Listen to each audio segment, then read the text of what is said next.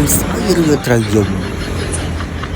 ត្រូវសបាយឬក៏ត្រូវអាណិតម្ចាស់ឡានយល់ចឹងទៀតឯងអញហើយចាំបានផ្ទះបាញ់អត់ទៅមែនដុំថ្មប៉ុណ្ណាណៃគាត់ចេះបើកចូលដុំថ្មកើតដែរនេះគាត់អាយ៉ាទៅរួចបើអាយ៉ាទៅរួចក៏អាយ៉ាចេញទៀតអត់មិនទេហ៎តែស្អីអាយ៉ាទៅក្រោយក៏មិនទៅទៅមកក៏មិនទៅអូយថ្មហ្នឹងមិនទៅដាក់ថ្ងៃហ្នឹងណាថ្មហ្នឹងគឺវាដាក់តាំងពីយូរអូយតាំងពីខ្ញុំមិនទាន់កើតនោះដាក់អញអស់និយាយមកនោះហើយគាត់នៅនឹងយូរហើយគាត់ដឹងទៅថានឹងមានថ្មមានគាត់មិនដឹងណាគាត់ដឹងដែរគាត់ជិះចេញចូលរងហើយសវណ្ណអត់មានសវណ្ណទេហើយយប់ក៏អត់យប់ដែរថ្ងៃធម្មតា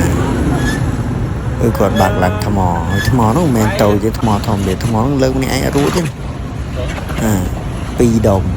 ហើយគាត់បុកគាត់ឡើងកាត់ពីលើបែកថ្មហេសុំសរសើរបងអើយសុំសរសើរបងឯងនេះព្រោះបងឡើងមកឡើងអឺចឹងអីវិញហើយគាត់មានសវងមកគាត់អានេះ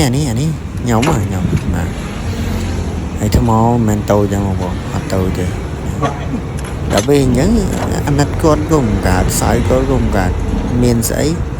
មានហើយក្រុមការងារមកអូដូចពីរមកដល់ដាក់ខាងមួយដូរយកដែរទៅកុំឲ្យចាំញ៉ាំច្រើនមកអូឃើញថ្មហ្នឹងមិនតូចទេព្រោះមានតែខ្ពស់ស្អីហើយនេះម្ចាស់ឡាននេះឆ្ងល់ដឹងគាត់គិតអីចុងក្រោយគាត់ថាគឺមកជាងឡានតនេអូចប់អត់ជាងឡានតនេណាហ្នឹងហើយនេះម៉ួយចេញផ្ទះនៅជាប់ក្រាស់ទៀតឌឺទៅមកនិ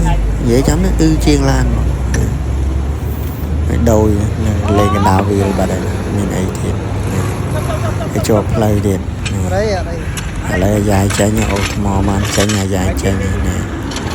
អូនមើលថ្មនេះថ្មហ្នឹងមិនមែនប៉ិនក៏ដៃក៏ជើងធំជាខ្លួនខ្ញុំទៀតថ្មហ្នឹងអេអីឲ្យមេដៃទៅមកណាគាត់ថាពេលហ្នឹងអារម្មណ៍គាត់កំពុងតែគិតការចូលការ៉ាអូខេយំមិញហ្នឹងអស់ម៉ានអីចឹងម្ដងគាត់កាច់វេវចូលមកទៅណាកាច់វេវមកជួមគាត់ថាស្មាជន់កែបតែមុខមិនទៅក្រោយមិនទៅចូលមើលអូដុំថ្មគាត់ស្មានថាជន់សាន់កែបមើលយើងមើលប៉ុណ្ណឹងឃើញថាថ្មប៉ុណ្ណាថ្មអេសុំសរសើរណានិយាយវាកំពូលមនុស្សថ្មនេះកំពូលហើយហ្នឹងឥឡូវចេញបានផតឲ្យរួចខ្លួនអរគុណច្រើនបងប្អូនបាទមានអីទេបាទអរគុណចំពោះស្ដាប់វីដេអូវល់បាទ